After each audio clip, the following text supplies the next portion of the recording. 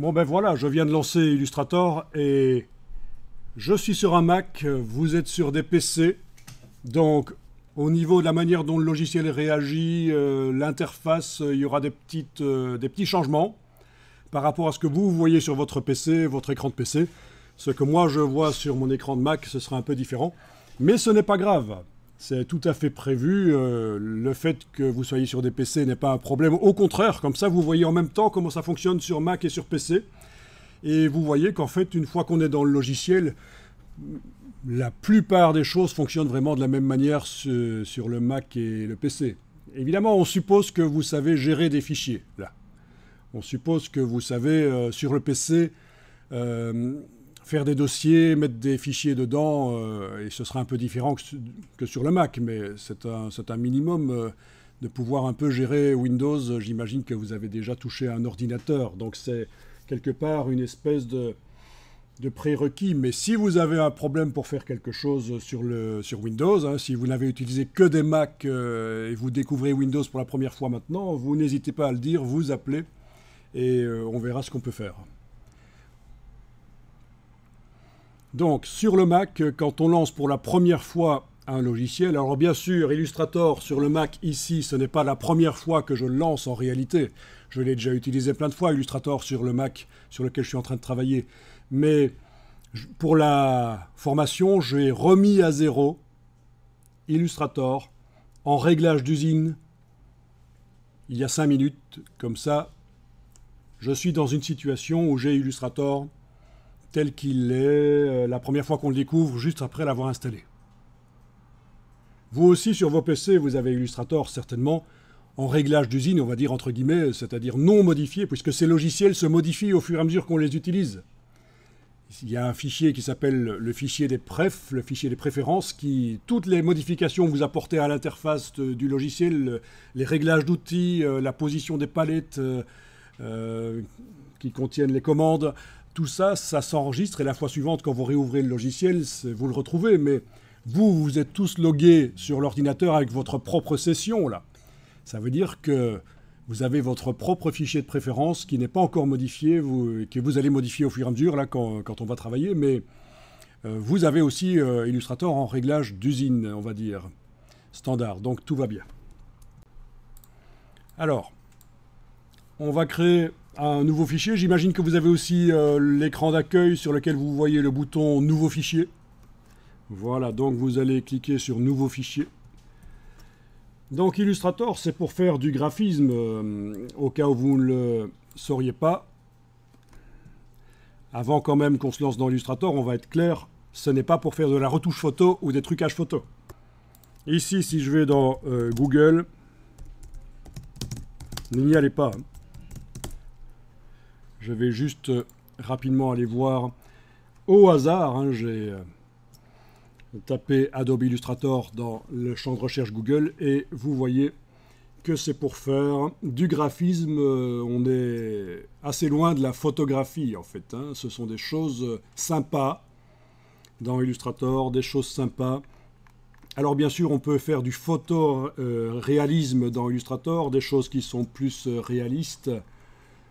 Mais c'est pas la tendance en fait. Hein. C'est juste un des outils de Illustrator qu'on appelle les filets de dégradés. Je vais vous montrer juste après, mais vous ne devrez jamais utiliser Illustrator comme ça. Je vais en parler juste après. Donc Illustrator, c'est principalement pour faire du graphisme. Donc ça suppose que vous êtes un peu doué en graphisme. Alors pour être doué en graphisme, qu'est-ce qu'il faut faire? Il faut voir beaucoup d'images. Allez voir dans les musées, allez voir des expositions, allez voir sur Google, s'abonner à des groupes sur Discord, Facebook ou autre, peu importe, Instagram, voir plein de choses. Et quand vous avez un projet et que vous avez à peu près une idée de à quoi doit ressembler le projet, allez voir des projets similaires sur le web, trouver des solutions avec des mots-clés pour trouver des projets similaires au niveau du graphisme. Et évidemment, il ne faut pas les copier, il faut juste s'en inspirer, c'est pas la même chose. Si vous copiez, c'est du plagiat, vous allez avoir des problèmes. Il y en a qui ont essayé, ils ont eu des problèmes, comme disait l'autre. Donc, pas de copie, mais de l'inspiration. Même Picasso s'inspirait, évidemment, mais il ne copiait pas. Donc, voilà.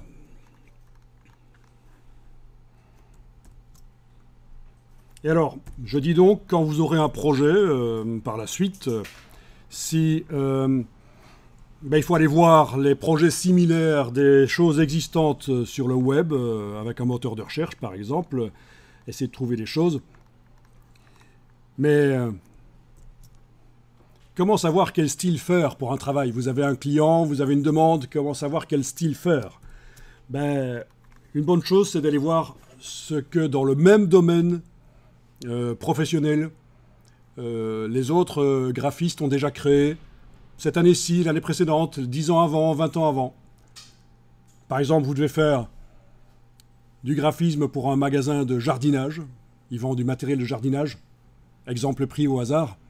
Allez voir les exemples de graphisme pour du jardinage. Ou un bûcheron, une scierie qui coupe les arbres dans la forêt. Il faut aller voir. Et donc, tout le problème du graphiste, ça va être de faire quelque chose de différent de ce qui a été fait avant, mais quand même, il ne faut pas essayer de faire quelque chose de totalement différent, d'être unique. Ça va vous épuiser. D'abord, vous n'allez pas y arriver. Il y a tellement de choses qui ont existé au niveau du graphisme que c'est quasiment impossible de faire quelque chose de nouveau. Donc, essayez de faire quelque chose dans le genre de ce qui se fait habituellement. Les gens ont l'habitude de voir les choses. Et puis, faites quand même différent. Donc, c'est un peu la quadrature du cercle. Vous devez faire différent, mais en même temps, vous devez vous mettre dans la tendance de ce qui se fait comme graphisme pour ce métier-là.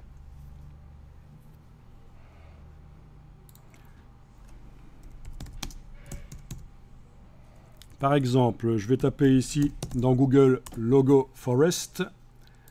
Si je veux faire donc des choses pour une entreprise qui s'occupe de près ou de loin de la forêt, voilà, j'ai des exemples et on voit qu'il y a souvent des arbres qui reviennent avec peut-être des lignes comme ça pour faire l'horizon. Oui, on les retrouve encore ici.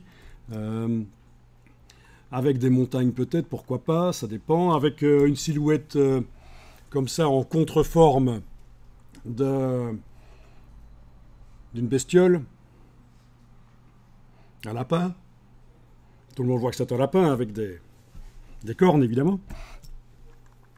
Enfin, vous voyez le principe. Hein. Donc là, je vous donne déjà des astuces avant même qu'on soit dans Illustrator, parce qu'Illustrator, c'est un outil. Un informaticien qui fait des choses dans Illustrator, c'est hyper moche. Il n'a aucune notion de graphisme. Personnellement, quand j'ai commencé à étudier l'infographie en 92, j'avais déjà un bagage en graphisme. J'avais déjà fait des écoles de graphisme analogique, non numérique avant. Et j'étais pas très bon dans les logiciels. En plus, quand le prof donnait un syllabus ou des ressources, je me disais, je vais plutôt garder ça pour plus tard, je vais me focaliser sur les travaux que j'ai envie de faire. Erreur. Après, on s'en rend compte et on se dit, jamais plus. Maintenant, quand je me lance dans un logiciel, même si j'ai l'impression que ça va être facile, je vais quand même regarder un peu les tutos. Et donc, finalement, je m'en suis très très bien sorti dans cette école. Je suis sorti major de promotion. C'était l'école Rubica en France, une école qui à l'époque s'appelait Superfocom. Alors, ouais, major de promotion, super. Ouais, sauf qu'on était une douzaine, quoi. Pas difficile d'être le premier sur 12. Mais tout ça pour vous dire que le côté graphisme, c'est ça qui m'a sauvé. J'étais pas très bon dans les logiciels, mais du graphisme, je savais en faire. Voilà, et je bossais quand même. Hein. J'étais quand même un peu passionné par le truc. Donc voilà, tout ça pour dire que ça compte aussi les connaissances en graphisme, et je vous ai donné les trucs, hein, les groupes Discord, Facebook, Instagram, etc. Voilà la solution. On va pouvoir continuer, j'avais certainement encore des choses à dire, mais... Ah oui, j'avais quelque chose à dire, et vous ne me le dites pas, enfin, vous êtes grave quand même. J'avais parlé du photoréalisme dans Illustrator. Donc je vais ici taper en anglais le nom de l'outil Illustrator qui s'appelle Gradient Mesh. Je n'ai même pas besoin de taper Illustrator, à mon avis je vais tomber dessus. Voilà. Et on va tomber sur des exemples comme ceci par exemple. Ça, c'est fait dans Illustrator. Voilà le wireframe, le filet. Donc ce sont des formes avec une grille déformée dessus et des points de couleur sur les différentes parties de la grille. Parfois ça ressemble à la 3D en fait, hein. Parfois ça ressemble vraiment à la 3D. La 3D un peu basique, comme on la faisait dans les années 90, mais quand même. Mais alors, surtout, n'essayez pas de faire ça dans Illustrator. C'est vraiment un outil particulier. Il faut vraiment avoir le client qui veut bien acheter ça, parce que ça peut prendre 3 jours pour faire une image comme ça. Ça peut prendre 3 jours pour faire correctement une image comme ça. Peut-être pas si on est très pro, un jour et demi. Mais après, il faut le vendre. Toutes les heures que vous avez consacrées, il faut les vendre. Donc c'est plusieurs milliers d'euros que ça va coûter pour que ça soit rentable. On est d'accord. Donc n'essayez pas de faire de l'hyper-réalisme, du photoréalisme dans Illustrator. Laissez ça à certains pros qui ont les moyens de le faire, qui ne doivent pas rentrer de l'argent d'une autre manière, qui arrivent à rentrer de l'argent avec ça. Donc comme ça, les choses sont claires. Illustrator, c'est plus ce que j'ai montré là, des choses de ce genre-là. Sympa. Où on voit clairement que c'est du graphisme. On essaye, voilà, et les choses débordent parfois, c'est pas bien placé, c'est vivant, et c'est sympa, les gens aiment ça.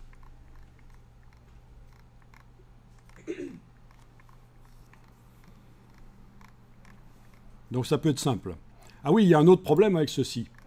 C'est que souvent, le filet de dégradé, c'est basé sur des photos.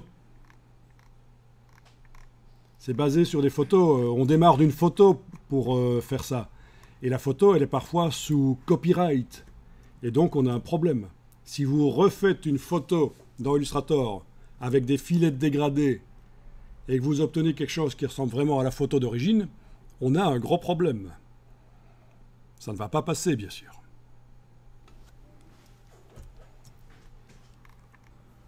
C'est sympa, mais si c'est basé sur une photo que vous n'avez pas faite vous-même, vous avez un problème.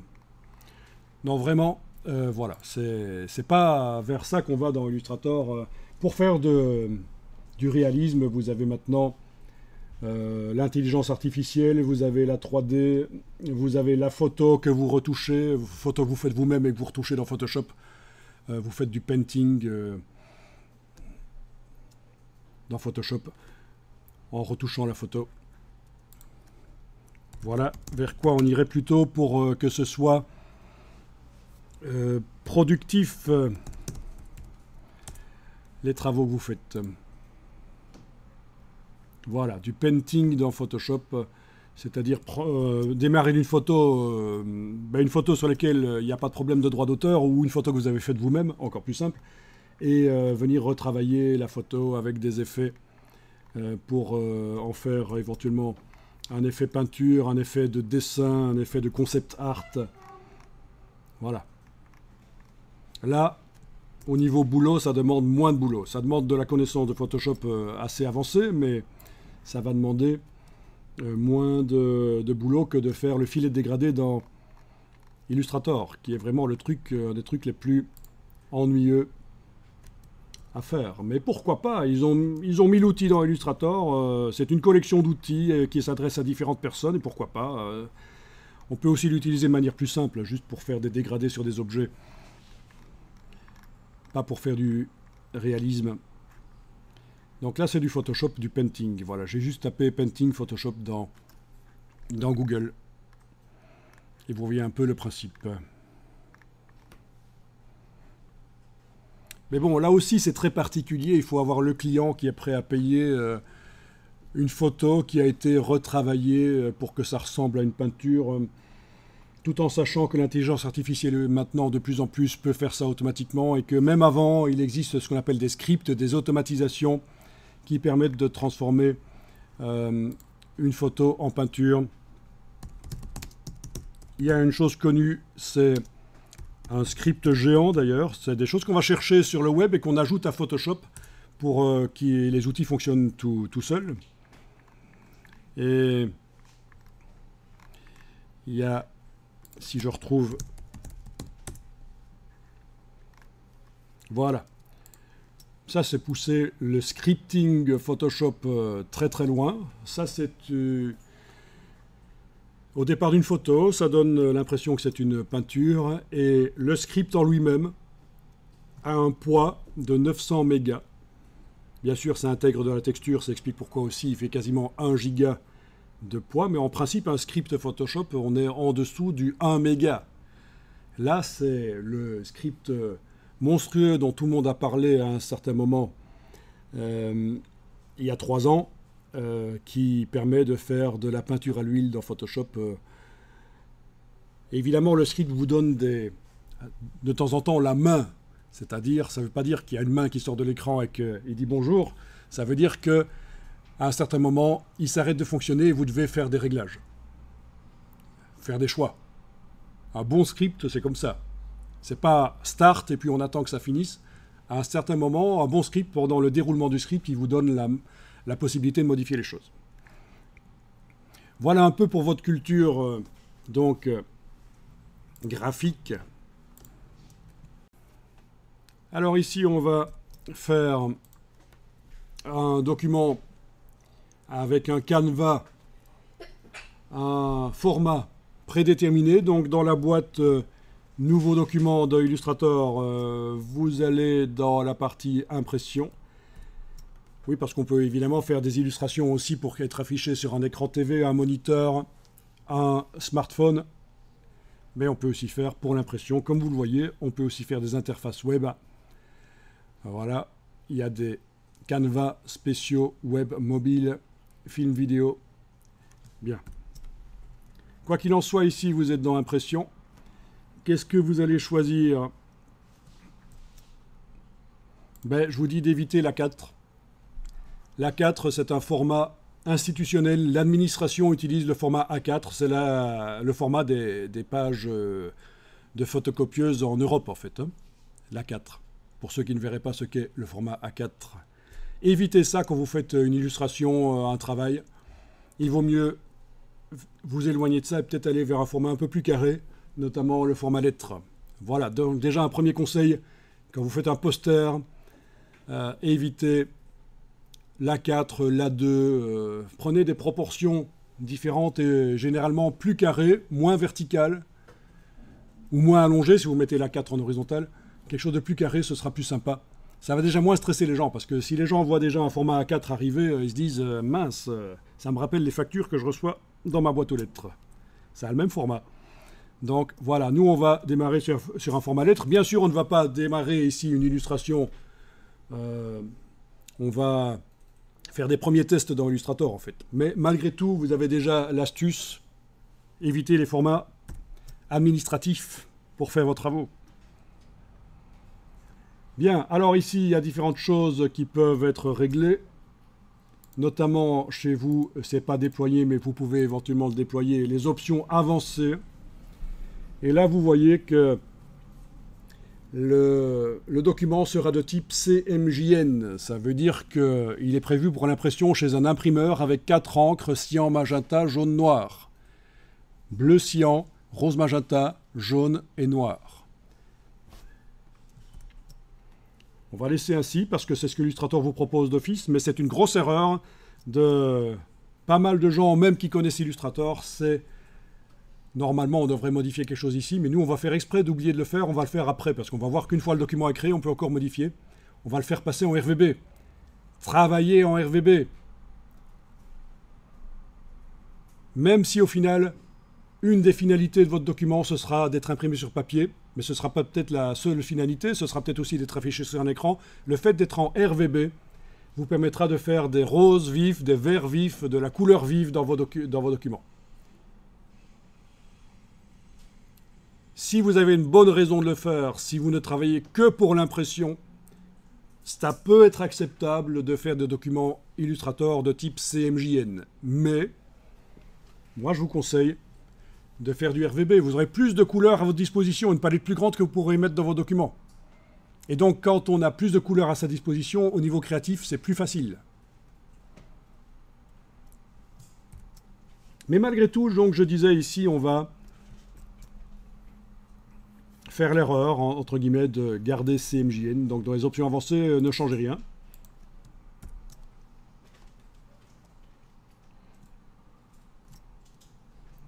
Bien, vous allez cliquer sur Créer. Voilà. Donc le document est là. Est-ce que vous avez les palettes qui sont sur la droite? Oui. Les palettes, c'est ces choses-là. Vous ne les avez pas. Ok, je les supprime de chez moi. Vous avez ça comme ça? Ok. Ah, il y a des petites icônes à droite. Ok, c'est pas grave. Vous pouvez, vous allez faire la même chose que moi. On va enlever tout ce qui se trouve à droite. Donc il va falloir, et je vais vous montrer sur mon petit clavier, ce sera plus simple pour certains. Il va falloir, sur votre clavier d'ordinateur qui est en face de vous, en face de votre écran, il va falloir enfoncer la touche Shift. Donc, ce n'est pas la touche Caps Lock. Ça, c'est verrouillage majuscule. Non, on parle bien de la touche majuscule, la touche Shift.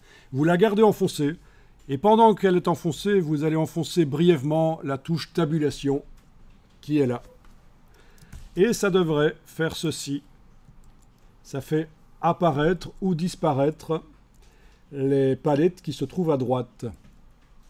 Ça, c'est bien pratique et ça fonctionne comme ça dans tous les logiciels Adobe. Ça veut dire que si vous n'avez qu'un seul écran connecté à votre ordinateur et qui n'est pas très grand, vous avez besoin de temps en temps de faire disparaître les palettes pour pouvoir travailler sur le document. Donc, vous me dites que sur certains des PC, il y a un problème de configuration, d'installation, je ne sais pas, mais quand vous faites disparaître, ça réapparaît tout de suite après, tout seul. Ok, bon, ben c'est pas grave, vous allez garder les palettes apparentes, on va faire avec. Alors, ceux chez qui ça fonctionnait, il faut savoir que si vous enfoncez uniquement la touche Tabulation, toutes les palettes disparaissent. Donc, toutes les palettes disparaissent, la palette des outils et les palettes de droite. Donc ça peut être pratique pour travailler sur son document. Mais gardez la palette des outils apparente. Donc là, avec la touche Tabulation, j'ai fait tout réapparaître. Et puis Shift Tab, je fais disparaître celle de droite. Donc vous me dites que finalement, tout le monde est arrivé à supprimer les palettes de droite par Shift Tab parce que vous êtes allé bouger un peu aux palettes. Bon, il fallait peut-être qu'ils se réveillent tout simplement. Allez savoir. C'est particulier. Est-ce que vous avez la palette des outils qui est montrée en deux colonnes, comme ceci? Une colonne d'outils à côté d'une autre colonne d'outils. C'est en une colonne? Bien, on va la mettre en deux colonnes, ce sera plus pratique pour la suite. Donc, vous avez votre palette des outils en une colonne. Vous cliquez à cet endroit-là pour la faire passer en deux colonnes.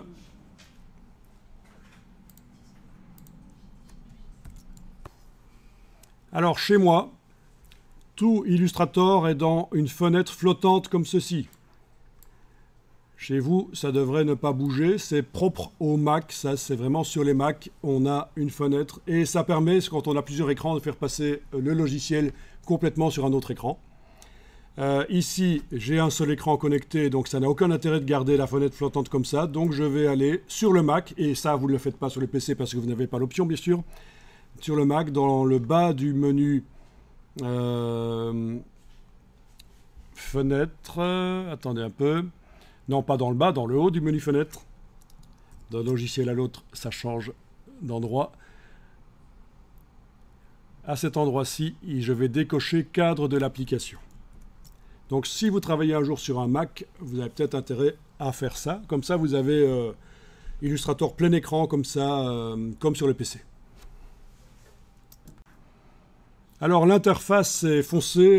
Moi, je vous conseille de la mettre en clair parce que la lisibilité de tout ce qui est texte, des palettes, etc. Blanc sur noir, c'est pas terrible. Enfin, blanc sur gris foncé. Donc, on va aller modifier l'interface. Menu Illustrator quand on est sur un Mac, mais là, sur le PC, vous n'avez pas le menu Illustrator. Donc, il va falloir aller dans le menu Édition, jusque préférences quand vous êtes sur un PC. Mais là, je suis sur un Mac, j'ai un menu Illustrator. Donc, je vais aller dans Illustrator Préférences. Sur ce système d'exploitation Ventura, ça s'appelle Réglages. C'est la même chose que Préférences. Donc, vous êtes sur PC, vous allez dans le menu Édition, Préférences. Je suis sur Mac, et sur un Mac récent, j'ai donc Illustrator Réglages. Et là-dedans, vous avez Interface utilisateur. On voit que c'est suivi de 3 petits points. Ça veut dire qu'une boîte va s'ouvrir. Quand on a un item de menu comme ça, avec 3 petits points qui suivent, ça veut dire que ça va ouvrir une boîte de dialogue. Donc tous les items de menu n'auront pas ces 3 petits points. Il y a des choses qu'on active dans un menu et ça agit tout de suite sans passer par une boîte. Voilà, ici vous allez activer celle-là d'interface.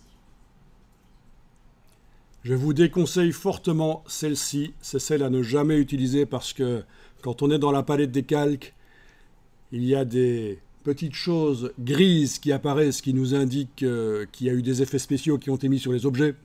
Des petites pastilles grises. Et je trouve qu'elles ont à peu près la même couleur que ce gris-là. Donc vous ne voyez pas vraiment qu'elles sont là. Donc n'utilisez surtout pas cette couleur d'interface-là. Celle-là ou celle-là, ça passe. Et celle-là, pour moi, c'est ce qui est le plus intéressant. Alors, il y a plein d'autres choses dans les préférences. On va notamment, à un certain moment, aller dans les préférences générales. Ça, ce sera intéressant. Il y a 2-3 petites choses qu'on devra faire là. Cliquez sur OK. Voilà, on a donc les outils foncé sur fond clair. Et pour ma projection avec le projecteur, ce sera en plus, de toute façon, meilleur.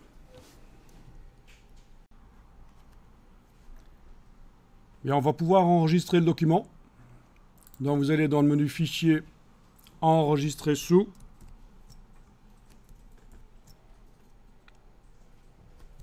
Donc vous connaissez les différences. Enregistrer, juste au-dessus, le CTRL S sur le PC, c'est le raccourci. Touche CTRL et S. Ou commande S sur le Mac. C'est pour mettre à jour le fichier sur lequel on est en train de travailler. On l'a déjà enregistré sur le disque dur et on met à jour le fichier sur le disque dur par rapport aux dernières modifications qu'on a apportées sur le fichier dans Illustrator. Enregistrer sous, c'est pour indiquer qu'on va l'enregistrer pour la première fois quelque part.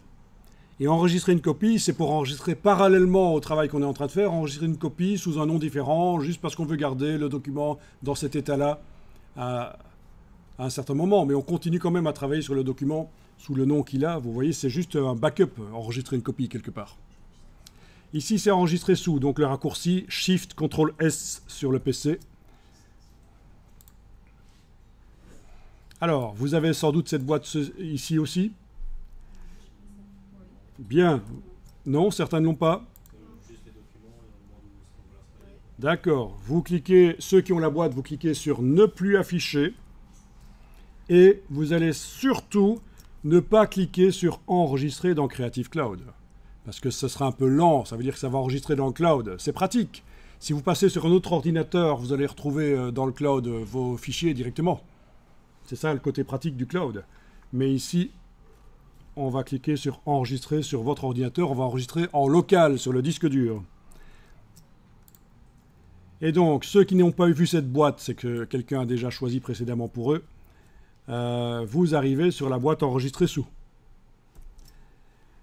Alors, il faudrait faire sur le bureau, par exemple, ou sur le disque dur data, encore mieux, si vous en avez un. Il y a le disque dur C, j'imagine, sur le PC, et puis il y a peut-être le D. Le C, c'est le système, et le D, c'est un disque dur spécialement pour les travaux. Même sur Mac, on a intérêt à avoir 2 disques durs comme ça, un pour le système et un pour les travaux. Ici, j'ai qu'un seul disque dur, et donc tout se mélange sur le même disque dur. Ce n'est pas bon professionnellement. Il vaut mieux avoir plusieurs disques durs, mais bon, ça passe, hein, tant qu'on n'est pas en train de travailler avec des gros fichiers et qu'on gère bien les choses. Hein, c'est le disque dur, ça passe. En tout cas, voilà, sur le bureau de l'ordinateur ou sur un disque dur, vous créez un dossier. Il y a peut-être une icône nouveau dossier quelque part dans votre Windows là. Ici sur le Mac, elle est là, mais sinon sur Windows, c'est un autre endroit. Voilà, et on va renommer le fichier, on va essayer de ne pas enlever le point Adobe Illustrator, le point AI. Donc ici, je vais le nommer intro, et je vais mettre un 01 à la suite, parce que je vais régulièrement enregistrer sous un nom différent, et je vous précise que pour que votre travail soit validé dans le cadre de cette formation ici, vous devez aussi enregistrer en même temps que moi sous un nom différent. Je le dis parce que j'ai chaque fois le problème qu'à la fin de la formation, il y en a qui me disent « Ah, mais moi j'ai enregistré tous dans le même fichier, je n'ai pas changé le nom. » Vous devez changer le nom. Quand je changerai le nom, ça fait partie de la progression dans le travail, c'est ce que vous rendrez. Je vais voir la progression de votre travail. Donc ici, intro01.ai. Le format est certainement chez vous Adobe Illustrator. Je ne vais pas commencer à expliquer en détail les autres formats. C'est quand on est un peu plus avancé.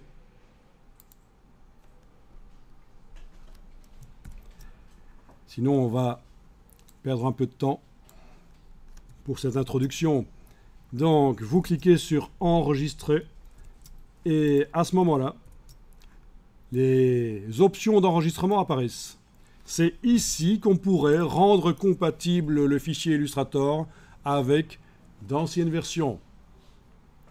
Je suis dans Illustrator 2023.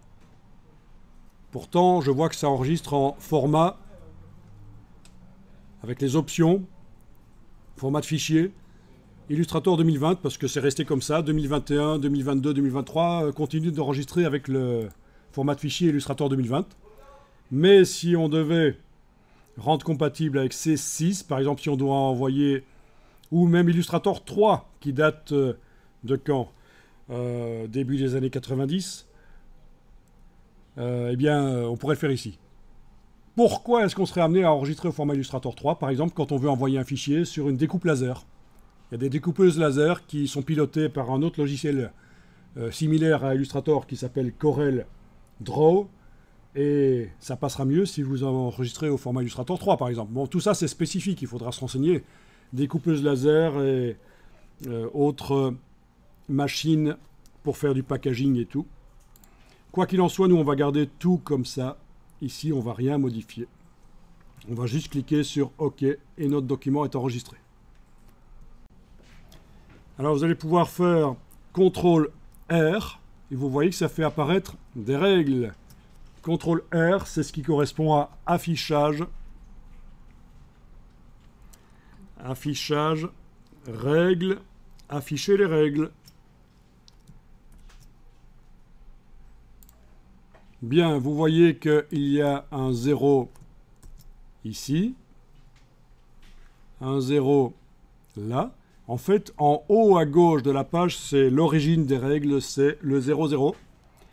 Et vous voyez que la page fait à peu près 21 cm, oui, 210 mm. Vous avez des millimètres aussi qui sont indiqués? Oui.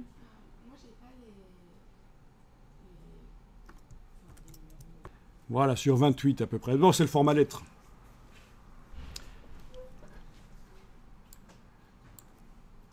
Bon, c'est pas obligatoire d'afficher les règles, mais enfin, comme ça, vous voyez que c'est possible de le faire. Est-ce que tout le monde voit la palette du dessus? Elle est super importante, la palette du dessus ici. J'imagine que tout le monde ne la voit pas. Bien, alors faites-la apparaître chez vous, c'est dans le menu Fenêtre, Contrôle. Donc vous voyez, j'ai remis à 0 Illustrator pour être dans les conditions réglage d'usine, mais tout ne s'est pas remis à 0 malgré tout. Moi, chez moi, elle était restée affichée. Donc c'est menu Fenêtre, Contrôle, c'est ce qu'on appelle la barre Contrôle. En fait, la barre Contrôle va chercher, en fonction de ce qu'on est en train de faire, l'outil qu'on utilise, l'objet qu'on sélectionne, ça va chercher les choses dans les palettes. Tout ça, c'est les palettes de commandes de Illustrator. Et la barre contrôle, la palette contrôle, en fonction de ce qu'on fait, l'outil qui est activé, va afficher des choses différentes. Par exemple, là, je suis avec la flèche noire activée. Si j'active l'outil de création de texte, eh bien, il y a des choses qui concernent le texte qui sont apparues, mais tout ça vient en fait de la palette, menu fenêtre, texte, caractère. CTRL-T, le raccourci de cette palette. Voilà, donc tout ce qu'on voit dans la barre contrôle du dessus vient de cette palette ici, caractère. Voilà. Je suis juste allé la chercher le temps que vous voyez. Donc vous comprenez le principe de la barre contrôle. Elle n'a rien vraiment d'original à elle. Elle montre juste des choses qui existent dans d'autres palettes.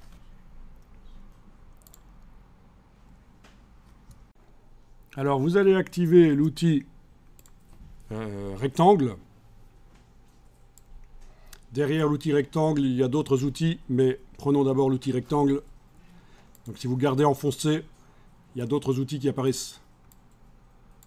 Si vous entrez dans le menu, et vous allez jusqu'à la barre verticale de droite, et que vous cliquez, la palette devient flottante. Ça peut être pratique. En tout cas, quoi qu'il en soit, c'est l'outil rectangle. Et avec l'outil rectangle, vous allez positionner le pointeur à peu près vers le haut à gauche de la page, à peu près. Vous allez enfoncer la souris et la garder enfoncée, et vous allez bouger. Et vous faites un rectangle, voilà, vous lâchez le bouton à la souris, c'est fait. Autre manière de faire un rectangle, cette fois-ci, vous n'allez pas enfoncer la souris et la garder enfoncée, vous allez juste cliquer. C'est l'autre manière d'utiliser les outils. On peut indiquer une valeur précise dans la boîte qui apparaît quand on clique avec un outil. Par exemple ici, je vais indiquer 30 et puis je vais passer au cartouche suivant pour indiquer la hauteur. Comment est-ce que je fais? Touche tabulation. Enter pourrait marcher? Non, Enter va valider, non? Touche tabulation, c'est ce qu'on fait en général, voilà. Et je tape 30 aussi, donc un carré de 3 cm sur 3. Est-ce que tout le monde a bien des millimètres qui apparaissent? Parce que si vous n'aviez pas ça, ça veut dire qu'il faut aller modifier les unités de mesure. Alors là, je vais juste cliquer sur OK, et voilà le carré de 3 cm sur 3 par rapport à ma page format lettre.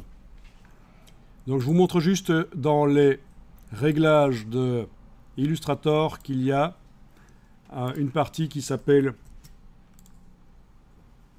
Unité.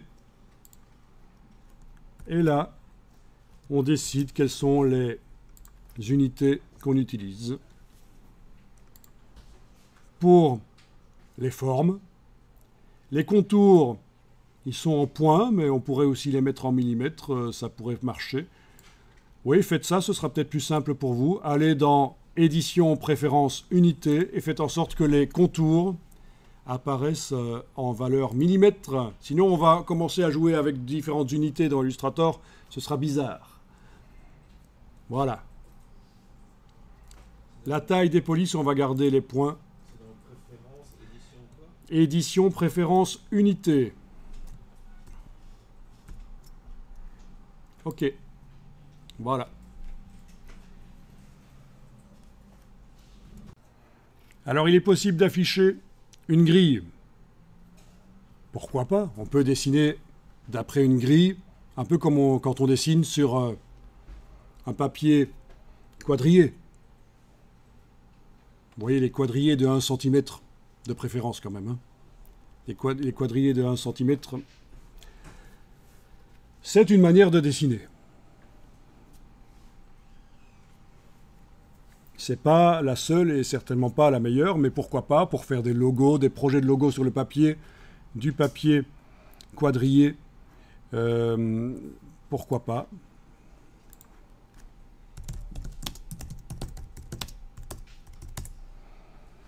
Du papier quadrillé, pourquoi pas, voilà. Évidemment, vous connaissez tous ça. Au cas où quelqu'un ne verrait pas de quoi je parle, c'est ça.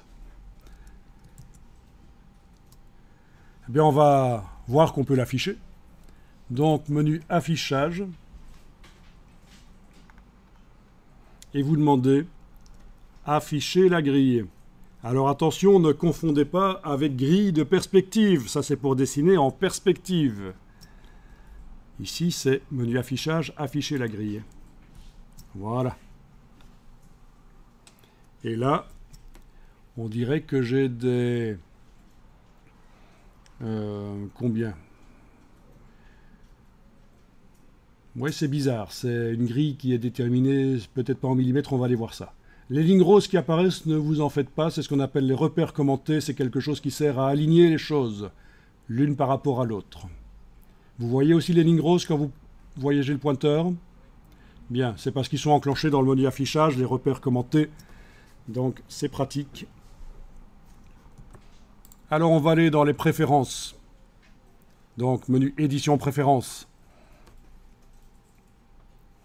Et on va aller chercher repères et grilles.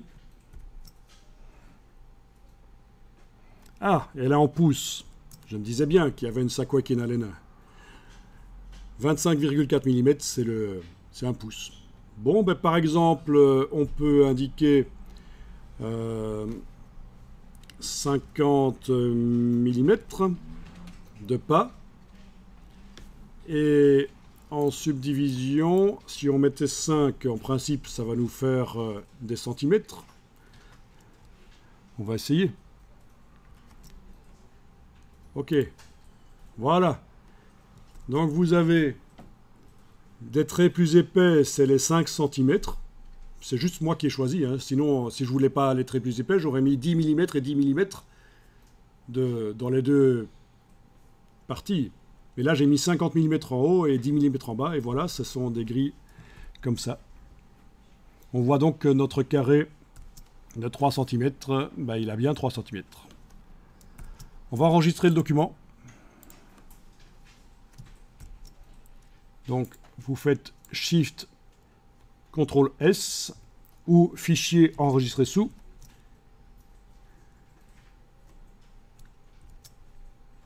Et vous nommez 02 à la place de 01. Voilà. Ok, ok, c'est enregistré. Voilà le nom qu'il a. Alors, vous allez pouvoir tenter de déplacer le carré que vous avez fait avec la flèche noire. Vous avez bien un autre premier rectangle que vous aviez fait, on est d'accord? Bien. Tentez de déplacer le carré avec la flèche noire qui sert à bouger tous les points d'un objet. Vous pouvez essayer aussi de bouger le premier que vous aviez fait. Ne le prenez pas par les petits gizmos ici d'arrondi d'angle. Ne le prenez pas par ses poignées non plus. Il a une couleur de fond. Dans la palette des outils ici, vous devriez voir que c'est du blanc ici. Il a une couleur de fond. Donc on peut le prendre par son fond. S'il n'avait pas de couleur de fond, si c'était une diagonale rouge ici, il faudrait le prendre par son bord. Ben oui, c'est un peu comme un vrai objet. Vous avez un cadre de tableau, mais le tableau n'est plus là. Vous n'essayez pas de transporter le cadre en mettant la main au centre du cadre. Il n'y a rien, c'est du vide. Ben, c'est le même principe ici. Parfait.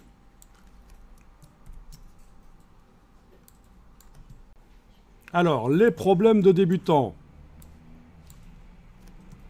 Les problèmes de débutants, on s'en fout. Nous, on est des pros. Les débutants n'ont qu'à morfler. Mais je rigole, évidemment. Les problèmes de débutants. Qu'est-ce qu'un débutant pourrait avoir comme problème? Si vous faites ça, vous double-cliquez sur une des formes, allez-y. Vous voyez que l'autre forme est affadie et on n'arrive plus à la bouger.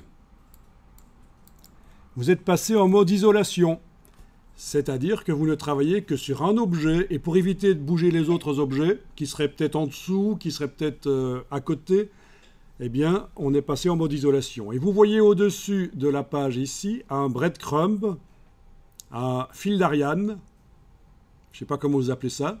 Moi, j'appelle ça en anglais un breadcrumb.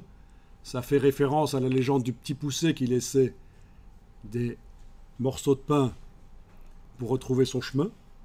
Et le fil d'Ariane, ça fait référence à l'Antiquité. Vous connaissez le labyrinthe, le fil Quoi qu'il en soit, on vous indique que vous êtes en train de travailler sur un rectangle qui est sur le calque 1. Ben oui, c'est le calque qui vient d'office avec Illustrator quand on fait un nouveau document.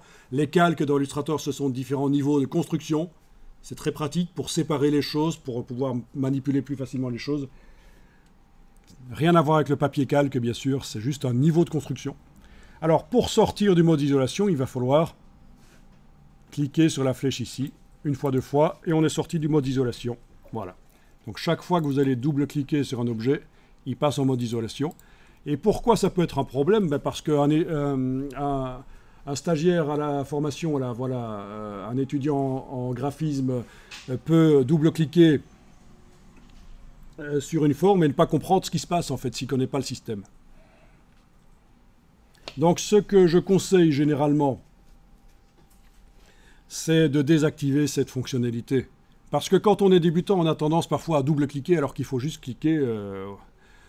Donc si vous allez dans les réglages, édition préférence en fait sur votre PC, édition préférence générale, si vous décochez dans les préférences générales ceci, cliquez 2 fois pour isoler, vous le décochez, et bien à ce moment-là, quand vous double-cliquez sur un objet, il n'entre pas en mode isolation. Et quand vous voudrez qu'un objet passe en mode isolation, il faudra vraiment le demander en faisant un clic droit sur l'objet et en demandant « Isoler le tracé sélectionné ». Voilà. L'autre tracé est inaccessible.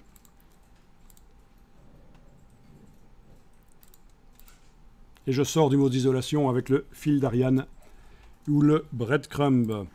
Pour ceux qui ne voient pas de quoi je parle, à cause de mon accent anglais de Paris, voilà. Breadcrumb ou fil d'Ariane. Tout le monde connaît ça. Dans Windows, il y a ça. Sur le Mac aussi, quand on voyage dans les fichiers, ça vous indique où vous êtes. Je ne vais pas le montrer ici, mais vous connaissez tous ça, j'imagine. Bien, tout ça est bien pratique. Alors, affichage, magnétisme de la grille, essayez ça. Dans le menu affichage, vous activez magnétisme de la grille. Et maintenant, quand vous déplacez un objet, il est calé sur la grille. Bien sûr, cet objet-là qui n'a pas une dimension en centimètres qui tombe tout à fait juste, ben, il déborde sur les cases à droite et en bas, ou en haut et à gauche, logique. Par contre, notre carré qui fait 3 cm sur 3, il tombe pile poil sur la grille. Il n'y a pas de problème. Donc ça, c'est bien pratique. Et alors, quand on va dessiner avec notamment un outil comme la plume, ce sera calé sur la grille. On ne pourra pas mettre des points avec la plume en dehors des lignes de la grille. C'est une manière de dessiner qui peut être rassurante pour des débutants. Pourquoi pas? On fait aussi des logos comme ça, sur base d'une grille.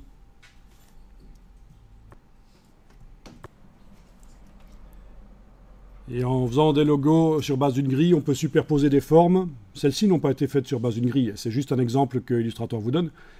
Et avec un outil qui s'appelle le concepteur de formes que vous voyez là, on arrive à facilement réunir des formes ensemble. Je peux vous montrer rapidement, si je tombe sur ça, des exemples. Voilà, donc des choses qui ont été faites éventuellement sur une grille, des formes qui se superposent, et grâce au concepteur de formes, on arrive à créer des choses. Voilà. On arrive à créer des choses. Mais ce sera pour plus tard. Hein. Mais c'est le principe, c'est que on a des objets qui s'entrecroisent et puis on décide qu'est-ce qui apparaît finalement de l'objet. Je n'ai pas vraiment d'autres exemples ici parce que j'ai tapé concepteur de forme en français et donc sur le web il n'y a pas beaucoup de choses en français. Ouais, c'est l'outil en anglais, on appelle ça le Shape Builder, le concepteur de forme, c'est littéralement ça. Voilà, si je tape le mot logo à côté de Shape Builder, je vais tomber sur d'autres exemples. Voilà, 3 formes qui s'entrecroisent. Il faut évidemment appliquer sur les formes un Pathfinder, donc c'est un filtre spécial, modificateur de forme, et qui s'appelle division, pour que tout ce qui s'entrecroise crée des petites formes, puisque là c'est 3 cercles à trous qui se superposent, mais il faut que là où ils se superposent, ça fasse des formes. Et donc il faut faire une petite opération Pathfinder division. Une fois que c'est fait, avec le Shape Builder, on peut commencer à jouer. Honnêtement, c'est pas évident quand on n'est pas graphiste de faire des choses bien comme ça. En plus, ça fait des logos qui sont fort géométriques. Est-ce que on n'a pas besoin à notre époque de choses un peu plus sympas et graphiques que ces espèces de logos industriels de l'ère communiste? Voilà. Donc, et comme ça, vous avez déjà une petite introduction à la manière dont ça fonctionne. Il y a énormément de tutoriaux. On peut utiliser Illustrator principalement pour faire ce genre de choses. Si on est amené à faire des icônes, des logos, pourquoi pas. Mais ce sera toujours un peu du brutalisme, quoi. Si vous voyez. Vous connaissez le mouvement d'art brutalisme? Non? Qui connaît? Levez la main. C'est pas encore vraiment l'art brut. Voilà, le brutalisme, c'est en architecture surtout que l'on rencontre. Voilà, ce genre de choses délicieuses. Je pense qu'il pourrait peut-être y avoir du Le Corbusier dans le fait que c'est très épuré, en effet.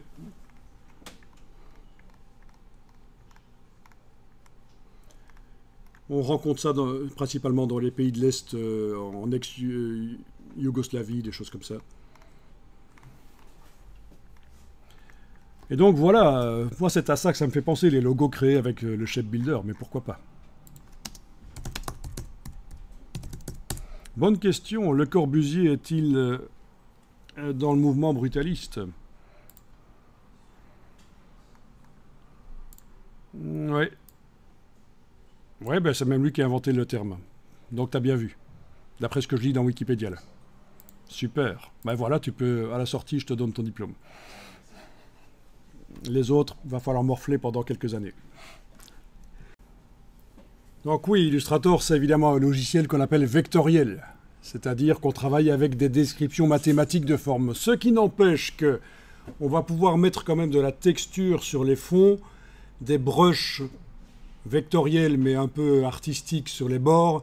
Donc on peut faire de l'Illustrator qui n'a pas cet aspect vectoriel qu'on a eu dans les illustrations vectorielles des années 90, 2000.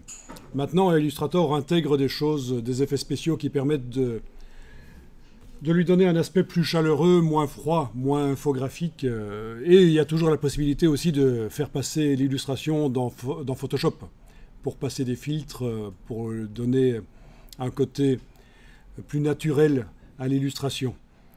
Faire passer dans Photoshop l'illustration, voire même sous différents calques qui seront modifiables différemment dans Photoshop. Les différents objets Illustrator seront sur différents calques dans Photoshop. Tout ça est possible. Donc oui, c'est du vectoriel. Donc en comparaison avec Photoshop qui est du bitmap, du matriciel, c'est des champs de pixels.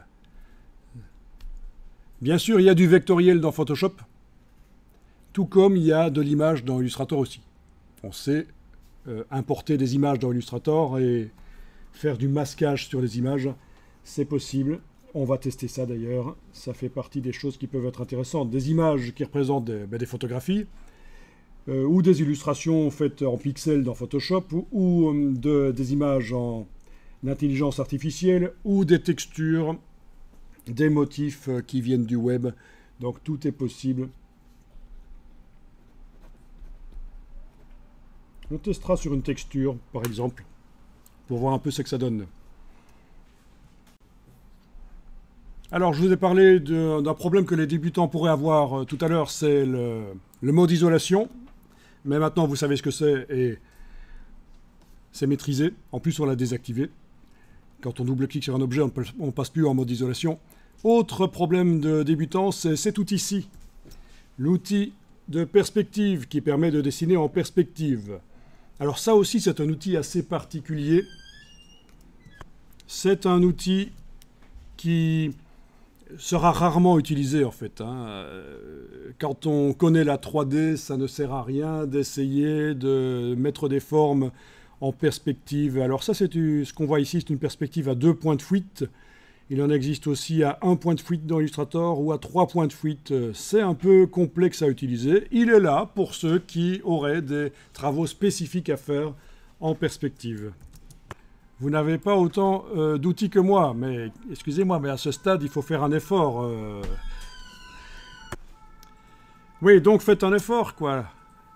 Non, sérieusement, c'est pas de votre faute, je rigole. Alors, vous allez sur les 3 petits points en bas de la palette des outils. Ce qui se passe, c'est que vous avez votre Illustrator en version simplifiée pour débutants. Alors vous allez vous dire, ben oui, c'est exactement ce qu'il nous faut, on est débutants. Sauf qu'à un certain moment, vous allez devenir un peu plus pro. Et donc, c'est plus intéressant, dans cette perspective-là, c'est le cas de le dire, de faire en sorte que tous les outils apparaissent. Et c'est ce qu'on va faire ici, tous les outils, parce que cette version simplifiée, elle est vraiment ennuyeuse. J'ai un ami designer qui récemment m'a contacté. Oui, c'est vraiment ennuyeux. Illustrator, maintenant, les dernières versions, on est obligé d'utiliser les raccourcis clavier. Et puis, 2 jours après, je me dis, mais est-ce qu'il ne serait pas avec Illustrator version simplifiée? Est-ce qu'il ne serait pas en train de croire que pour faire appel à certains outils, il est obligé d'utiliser maintenant les raccourcis clavier? Ben si, c'était ça, en fait. C'était ça, et donc je lui ai expliqué ce que je vais vous expliquer ici, c'est que dans les 3 petits points en bas, ce n'est évidemment pas la seule manière de le faire dans les logiciels Adobe. Pour faire quelque chose, il y a dans les menus en haut, il y a dans les palettes, ça amène parfois au même endroit. Et donc, je vous montre une des méthodes pour le faire. Quand vous appuyez là, vous avez une palette qui apparaît, et en haut à droite, vous avez un menu, et dans ce menu, il va falloir choisir Avancer. Et vous êtes actuellement à 2 bases, ça ressemble à ça, votre palette des outils.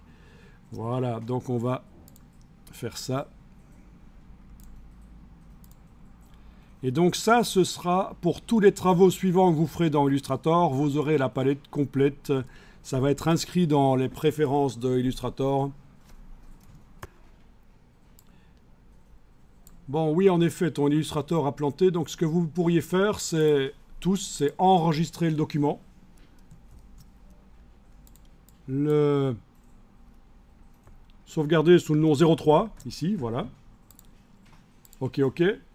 Puis, quitter Illustrator. Menu fichier quitter sur le PC. Et ça va écrire le fichier des préférences. Et là, quand vous réouvrez Illustrator, les préférences qu'on avait choisies, donc l'interface claire, ça va fonctionner. Donc ici, je suis dans la boîte d'accueil de Illustrator. Je vais demander ouvrir. Je vais aller chercher dans le dossier la version 3 que je viens d'enregistrer. C'est vrai qu'elle était aussi dans le bas de la boîte. Il y avait les raccourcis des derniers documents utilisés. Voilà, donc oui, en effet, toi, ça a planté chez toi Illustrator. Et toutes les modifications d'interface. La grille aussi a disparu?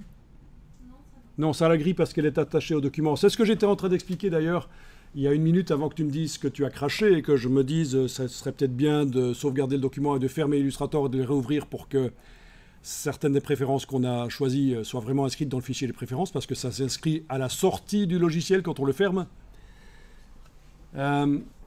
Donc, la palette des outils, l'interface grise, tout ça, ça va rester. Par contre, il y a certaines choses qui sont vraiment propres au document. La grille, je ne suis pas certain que si je fais un nouveau document, je teste là, je fais un nouveau document. Ben non, il n'a pas de grille. Voilà. Donc certaines choses qu'on fait sont propres aux documents sur lesquels on travaille.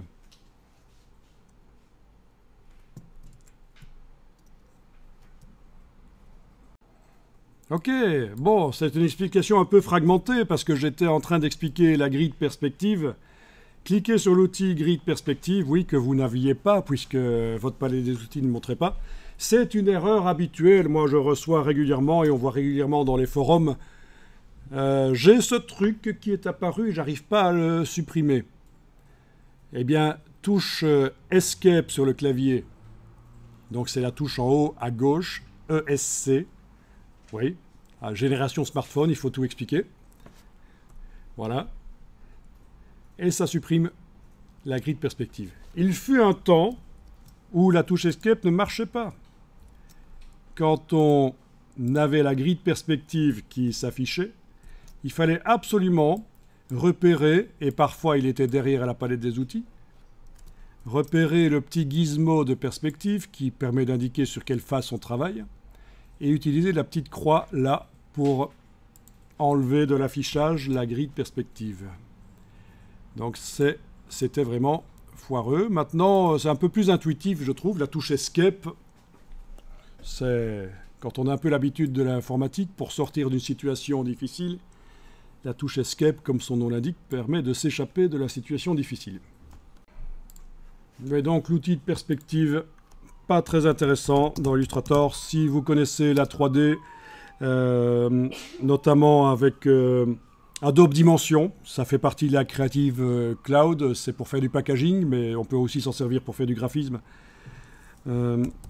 Ou Blender, logiciel 3D gratuit, ça peut être intéressant.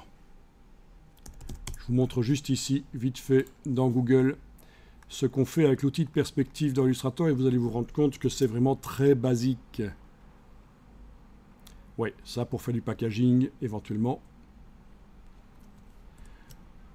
Vous voyez, c'est vraiment pas terrible, quoi. Autant faire ça en 3D, quoi. Et là, c'est vraiment, pour arriver à faire ça, c'est complexe. C'est moche et c'est complexe à faire. Donc il faut quand même utiliser les outils pour ce qu'ils font de mieux et les laisser tomber un peu pour ce qu'ils font moins bien. Voilà.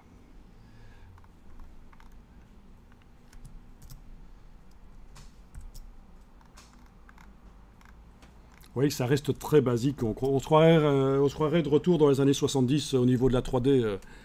Début des années 80, on en était là, quoi.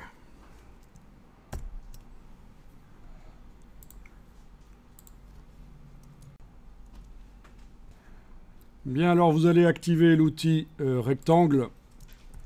Et donc, sans enfoncer la souris, vous allez le positionner quelque part sur la page, là où il n'y a pas encore de rectangle. Et vous allez faire un petit carré comme ça, de 2 cm sur 2. Vous voyez que quand on a tracé, il s'est calé sur la grille. Parce que le magnétisme de la grille, on l'a enclenché.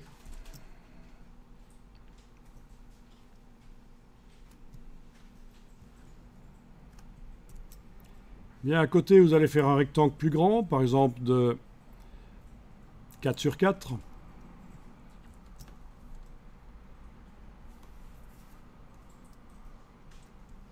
Et ici, je vais peut-être en faire un de 1 sur 1. Voilà. Donc, on a 3 carrés, en fait, de différentes dimensions. Et on va pouvoir tester différentes choses avec ça. Pour comprendre comment fonctionne Illustrator, c'est les bases. Il faut maîtriser l'outil pour pouvoir être à l'aise quand on fait du graphisme après dans Illustrator. Alors voilà, la flèche noire permet de manipuler l'entièreté d'un objet pour le déplacer. Vous pouvez tester si vous voulez. Voilà. L'entièreté d'un objet. OK. La flèche blanche, vous l'activez et vous testez. Ah ben ça fait la même chose. Zarbi, dit le Parisien. Mais sauf que, en fait, la flèche blanche, c'est pour manipuler un des points de construction. Il y a 4 points de construction sur cet objet ici. C'est pour manipuler un des points de construction. Oui, le point qui est là au centre, c'est juste pour indiquer le centre, c'est pas vraiment un point de construction. Les rondelles ici, c'est des gizmos d'arrondi, c'est pas vraiment des points de construction. Donc comment fait-on pour manipuler un des points? Eh bien, il faut, avec la flèche blanche, cliquer à côté de l'objet pour le désactiver. C'est la même chose que de faire menu objet, désélectionner, comment est-ce qu'on fait encore? Oui, menu sélection, désélectionner, voilà. On utilise tellement peu souvent, il suffit de cliquer à côté d'un objet là où il n'y a pas d'objet sur la page, et ça désélectionne l'objet. Donc sélection, désélectionner, c'est la même chose que de cliquer à côté. Puis vous cliquez sur l'objet, pas sur le centre, erreur de ma part. Je clique à côté, sur le bord, voilà. Et là, on voit que les points de construction apparaissent creux. Alors ça ne se voit pas beaucoup. C'est pour ça qu'on va peut-être ici demander à Illustrator de nous mettre les points d'ancrage un peu plus... Oui, parce qu'on appelle ça des points d'ancrage, comme une encre de navire. A-N-C-R-A-G-E, parce que le tracé passe par le point. Le tracé, le trait noir, est ancré au point. Donc on va demander à Illustrator de mettre des points d'ancrage un peu plus grands. Alors, quelque chose qui peut aider aussi sur le PC, c'est de modifier la résolution de l'écran. Si vous pensez que c'est trop petit, l'interface, les outils, les points de construction, bien sûr, si vous passez à une définition d'écran plus petite, vous aurez tout qui est plus grand, logique. Hein. Ça peut vraiment aider, parce que j'ai vu des gens qui travaillent sur des écrans très haute définition, et c'était pénible pour arriver à s'en sortir. Mais bon, on ne va pas ici modifier la définition de l'écran, on va juste demander... Oui, donc quand je parle des paramètres de l'écran là, ce n'est pas dans l'application, hein, c'est le système d'exploitation. Moi je suis sur un Mac et en plus j'ai installé un petit truc qui n'existe pas normalement d'origine sur le Mac pour passer rapidement d'un affichage d'écran à un autre. Donc c'est vraiment propre à Windows ou propre au Mac, c'est dans le réglage moniteur du Mac, le réglage moniteur de Windows, la résolution de l'écran. Voilà, voilà. Donc, on ne va pas modifier la résolution de l'écran ici, enfin ce qu'on appelle entre guillemets la résolution dans le monde de la vidéo, ce qui n'a pas du tout le même sens que dans le monde de l'impression. On aura l'occasion d'en reparler quand on parlera de InDesign. InDesign, le logiciel de mise en page. Mais voilà, donc on va aller dans les éditions préférences. Moi, évidemment, je suis sur le Mac, je vais dans Illustrator Réglages. Et on va aller dans Sélection et affichage des points d'ancrage. Et là, vous avez le curseur ici. Et vous allez pouvoir augmenter au max affichage des points d'ancrage, de la poignée du cadre de sélection. Voilà. Du coup, quand on clique OK, eh bien voilà, c'est plus clair. Vous devriez voir que les points sont plus grands. Et là, ça apparaît évident que quand je prends la flèche noire et que je clique sur un objet, oui, il va falloir qu'on enlève quelque chose qui nous gêne ici dans Illustrator pour bien comprendre. Allez dans le menu Affichage. Et moi, je vous conseille de toujours l'enlever de l'affichage quand vous travaillez dans Illustrator, parce que ça nous ennuie. Vous allez demander dans le menu Affichage de masquer le cadre de sélection. Attention, c'est là qu'il y en a qui se plantent. Un peu plus bas, on a quelque chose qui s'appelle masquer le contour de sélection. Il ne faut surtout pas enclencher ça maintenant.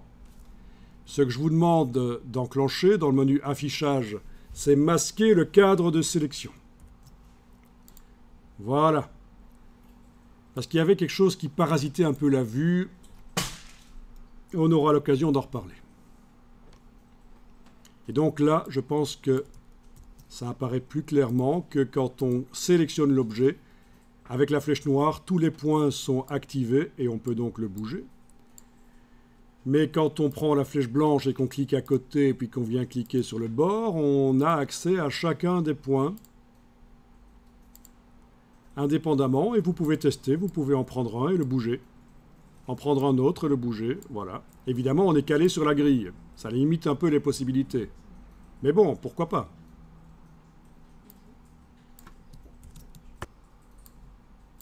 Voilà. Ah oui, la flèche blanche permet aussi de prendre éventuellement un segment et de le bouger. Moi, du coup, il n'arrive plus à se caler sur la grille. Il n'a plus les bonnes dimensions. Si, il a la bonne dimension, ça marche. Enfin, c'est pas toujours évident. J'ai l'impression que c'est parfois le point central qui se cale sur la grille.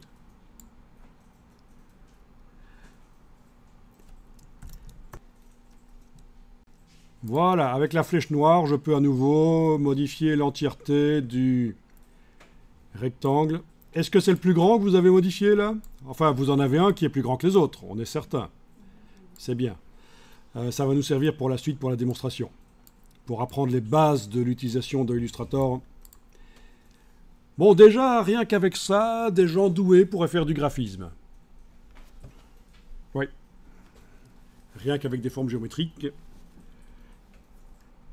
Mais, évidemment, Illustrator, c'est beaucoup plus. Alors, au niveau du zoom avant et du panoramique, j'en ai pas vraiment parlé, mais peut-être que vous aviez trouvé.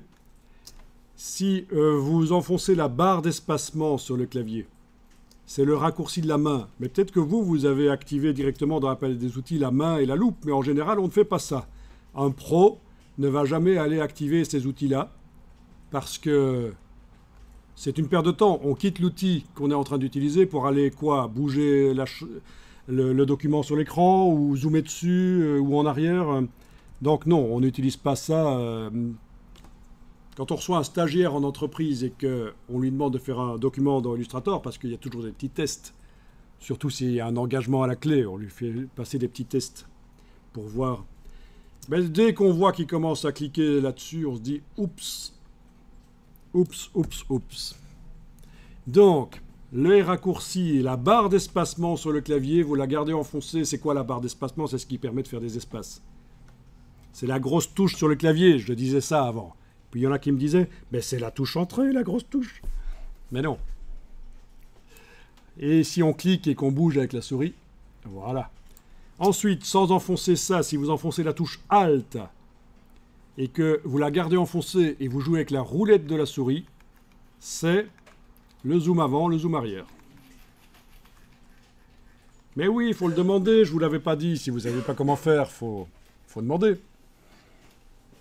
Ensuite, barre d'espacement. Si je bouge comme ça, mince, foireux, mon document a disparu. Facile, quand vous avez un document que vous voulez recentrer sur l'écran, on peut exceptionnellement aller utiliser la main et on double-clique sur l'outil main et ça met le document en grand sur l'écran, le plus grand possible. Ça fonctionnera aussi comme ça dans InDesign et Photoshop. La main pourra nous servir à ça, c'est le raccourci pour faire l'affichage du document le plus grand possible.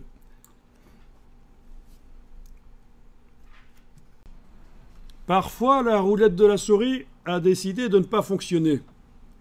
Et donc, pour zoomer en avant, en arrière, c'est ennuyeux. Ben oui, on a renversé du Coca-Cola dessus, ou d'autres crasses. Et le zoom avant et arrière est pénible. Donc, c'est pour ça qu'il est intéressant de connaître également les raccourcis avant que la roulette de la souris n'existe sur les souris. Ben oui, il y a eu un moment où les souris n'avaient pas de roulette.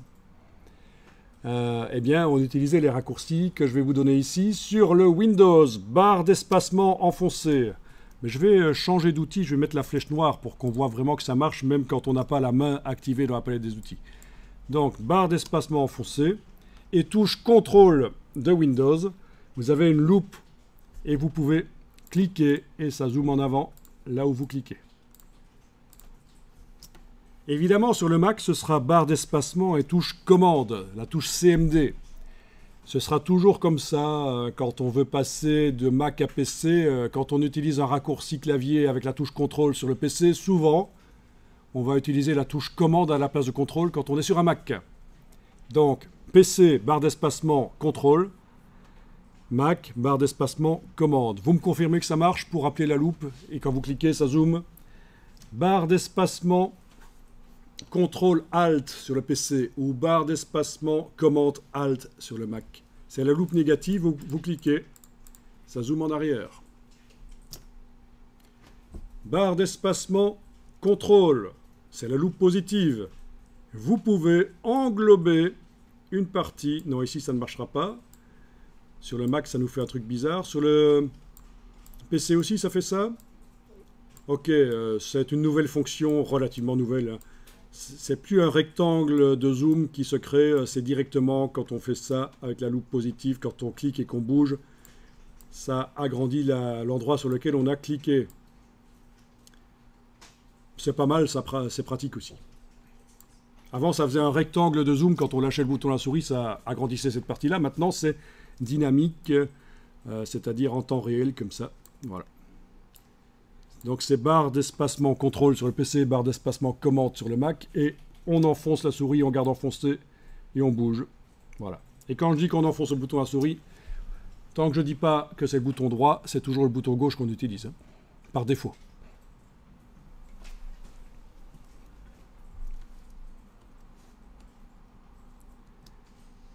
Ok, donc vous voilà paré pour toute situation.